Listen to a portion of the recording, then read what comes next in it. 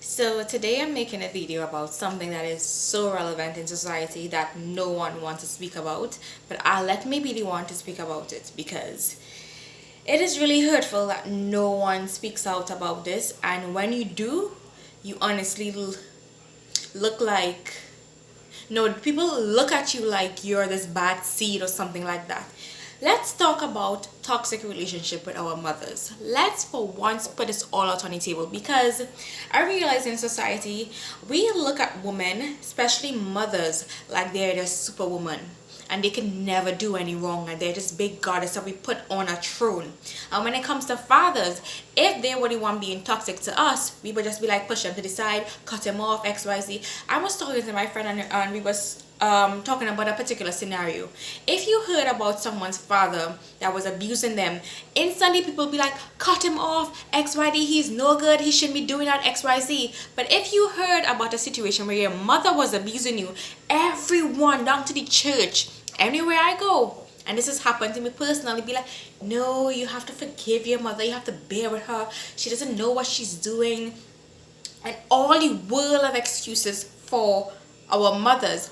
We are not as lenient. In fact, we just view men like, oh yeah, just toss him to the side, just toss him to the side. But and even our fathers, we just like, yeah, just toss him to the side because he's irreplaceable. But when it comes to our mother, we be like, no, there's a mother's love, and she's probably was angry or frustrated, XYZ. Just be patient with her, XYZ. And the thing about it, we're not realizing, oh my gosh, am I speeding?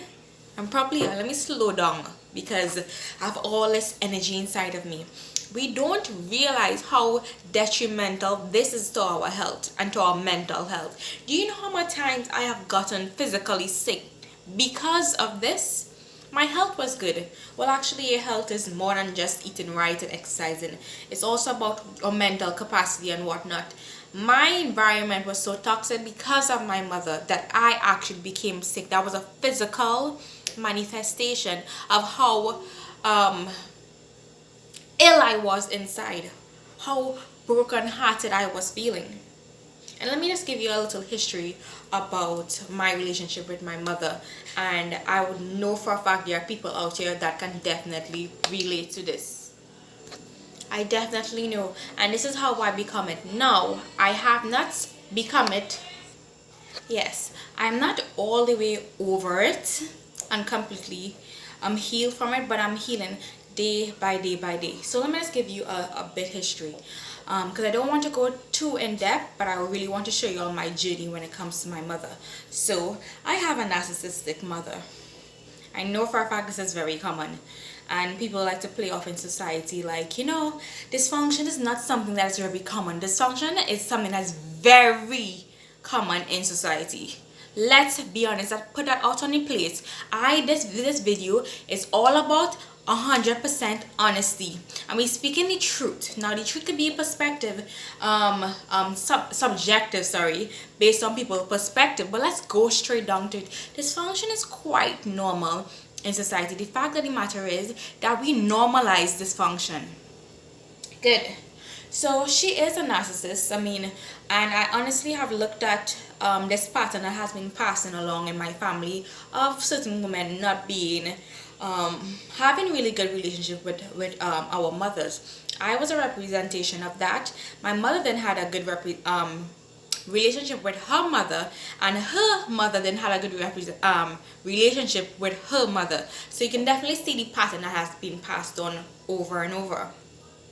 So she's a narcissist, and you know for a fact in a household with that, you're going to have the golden child, you're going to have the scapegoated child, and you're going to have the children that is invisible. There's 4 children in my household. I'm actually the first daughter, but the first anyways, and I was the golden child. And we all know from history, not history, from all the research and whatnot, they say that the golden child do have a potential, a high potential of becoming a narcissist as well. And a lot of people think that, oh, you can't heal from this, XYZ. Lies, lies, lies, lies. So we were good. We were good. But, I mean, on paper, it looked good. To me, I thought it was good. To her, she thought it was good too. But it's only when I grew up and I realized that, hold up, this relationship is Because to be the golden child, we all know you have to literally give up your entire identity. You now have to merge into the identity of what your parents mold you to become. And that's how I was. I had no identity. My mother said jump high. I'd be like, how high you want me to jump? Go down low? How low? Let's do this. And we know for a fact with the golden child, there's a mix of perfectionism that has to be there. But little behold is that all of these is at the root of insecurities. It is. And perfectionism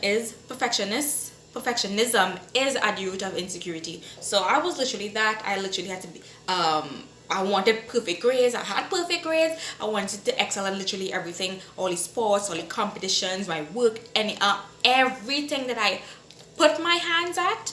My goal was to excel and be the best, the flicking best, A plus this shit. That's how it was. And I started to go along the path about, what career would be the best for my mother? What would look good for the family reputation? Because for a fact that reputation matters a lot when it comes to family. What will be look good? And I was like, I wanted to be a lawyer. And I thank God that I still have the little flame inside of me about what I wanted, and I literally merged that flame with what she wanted of me, and it was still a seed inside of me. It didn't completely burn down. I mean, it didn't out. The candle didn't out. It was still there. And I was going to do law XYZ, and then right after CXC, which is, I don't know what do you call it, but right after high school, I don't know what you call it, OE and XYZ, I was going to go straight into university. And I was like, nah dog, I was so stressed out in high school. I don't want to go straight into university because I know for a fact I wouldn't do my best. I wouldn't be perfect at anything because I was so stressed out. So I was like, let me take a year off and go work, build up my money, and then I will go in. So that burnt a wedge because mommy was like, why are you doing this? Why are you not going straight to school? But I was like, XYZ, I'm stressed out. I mean, I didn't really come out and say XYZ all about how I was feeling, because we all know with this relationship, you can't really say all about how you are feeling. This relationship is mostly about pleasing her. Everything about to lift her up. Not me, her up. And I did that. Went to work for a year, and then after I was like, yeah, let me take a next year off too. So these simple things, and then the friends that started to lime it, they weren't bad people, to be honest, guys. They were law-abiding citizens. They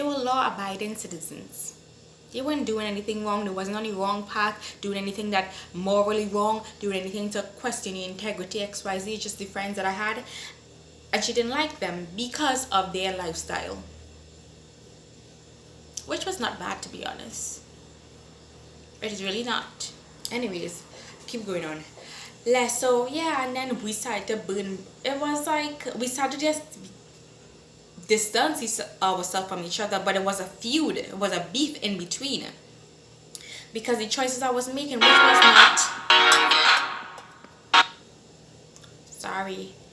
was not wrong, caused a lot of conflict. It started to cause conflict.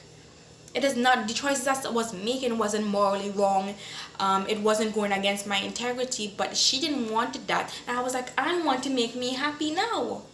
Why can't I not do that? I made you happy all these years. I want to do something that will make me happy. I want to do jobs that make me happy. I want to have friends that make me happy. I want to live life. I was not doing anything, and I keep stressing on this. I wasn't doing anything that was morally wrong.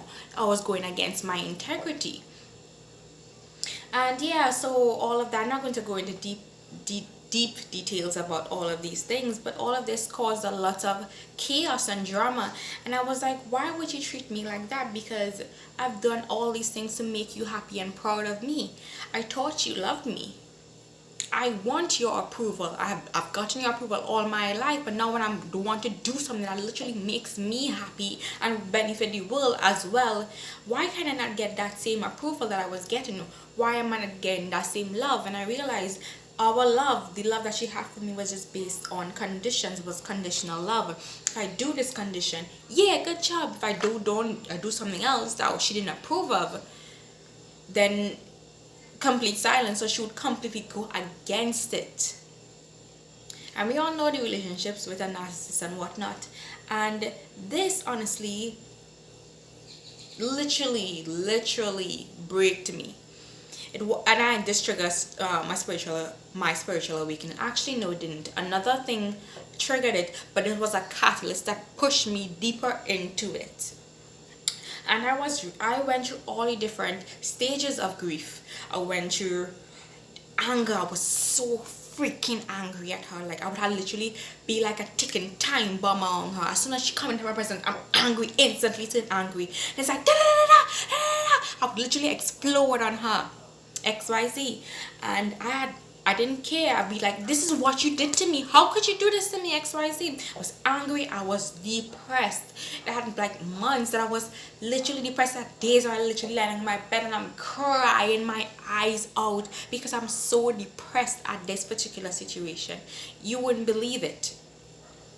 Anger.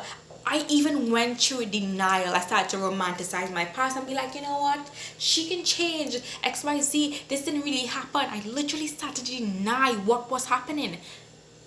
Rose-colored glasses I had on. Grief, denial, anger, depression. I went through all and then keep going. From this one to jump to this one, jump to this one, jump to this one. It was not linear at all. Until I realized today, actually no, it wasn't today, it was sometime this week. I was like, Deja, well, actually, let me tell the truth. A couple of weeks ago, I looked up this topic on the internet and I was like, how do you heal from this? And I wasn't fully ready, but this week I was like, you know what, fuck it, let's be fully ready. And then I had to really accept my mother for who she was. And this rocked me to the core, to be honest. Because the matter of the fact is, she's a narcissist. But a narcissist is a child that didn't get their needs met when they were a child.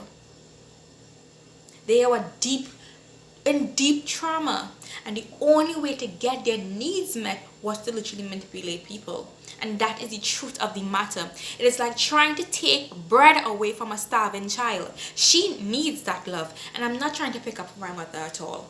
I'm trying to accept and look at her without having this rose-colored glasses, without looking at her as a goddess, without looking at her like she's this big mother, but looking at the core of who she is. Who is a woman that was hurt as a child and she still hasn't healed from this. She didn't get what she needed. She didn't. And I have to fully accept who she was. Accept her for who she was. And who she still is. Because I can't get that love. She needs the love. I can't get it from her. I can get it from anyone else. I can go and manifest to have a mother figure. And I literally have a friend that did the same. She didn't get it. And she literally manifested a mother figure that would give her exactly what she needed from a mother. And now I literally have to forgive myself. I'm still in the process of forgiving myself. But also I'm accepting the situation for what it is. Just going to accept it for what it is. This is a situation. I can't get that from her. She's a starving child. And then after I went and started looking at what is the positive aspects of the situation. Now first I was like, how the hell I gonna find positive aspects of this situation? But then I was like, let me really dig deep and look at it. I realized that again. One, she was a catalyst, a part of the catalyst of my spiritual awakening. We live in a universe of contrast. And the more that you know you don't want, the more you launch and expand into things that you really do want. It's now your choice to move into that direction. And it made me realize that how much conditional love I was getting, and now how much I want to move in the direction of unconditional love. It made me realize that I looked at how she made me feel. She made me feel unloved, invalidated, unseen, unheard. And I realized that I was doing the same thing to myself. I was not looking at myself. I wasn't listening to myself. I wasn't validating myself either. So that also made me realize that how she was making me feel was just a mirror reflection of how I was making myself feel as well. So I started to look at that too, and I realized that I needed this.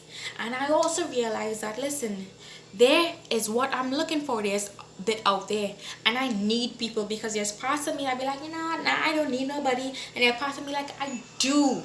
And the fact of the matter is too that we have to accept the fact that we need love. We are human beings. We are rationally interdependent people. We need people. Stop lying to ourselves saying that you don't need anyone. You do. I mean, of course it's nice to be like, you know what, I love myself, but let's be honest, how much more nice it is to literally have somebody love on us as well. You have your pets loving on you. What's so wrong with somebody else fully loving on you as well? You have your pets, you and another person, and more. We do want it deep down in our core. We do want that. Let's admit it to ourselves that we do. And it's so nice to actually get that and really accepting everything. And then what is another positive aspect about this is that I realized that this is what I truly want, and I cannot get it from her, and I have to accept that this is how it is and put it all in God's hands and move on from there. And then to also accept that I feel heartbroken by the situation. I do. And it's okay to grieve.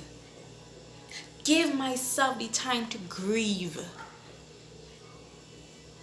Don't try to invalidate my feelings or not try to listen to them or not see them. It's there. Grieve. Give yourself a chance to do that. And this is what exactly is going on in my life right now, and I know for a fact there are people out here that can relate to it. And I just want to put this video out there because I know for a fact, I know deep down there are people out here that can relate to how I'm feeling right now. We'll get through this. I know that we would. But also I'm going to manifest to have a mother figure, because I do want that. And however it comes, who knows? It might have a turn around, God and be like, you know what? Poosh! She started to be the mother that I need. Who knows? Or I probably get somebody that I really look up to as a mother. It can come in any form. But just know for a fact that there's always a silver lining. And I know for a fact this is hard to hear right now. And it's okay because you're heartbroken. I am too.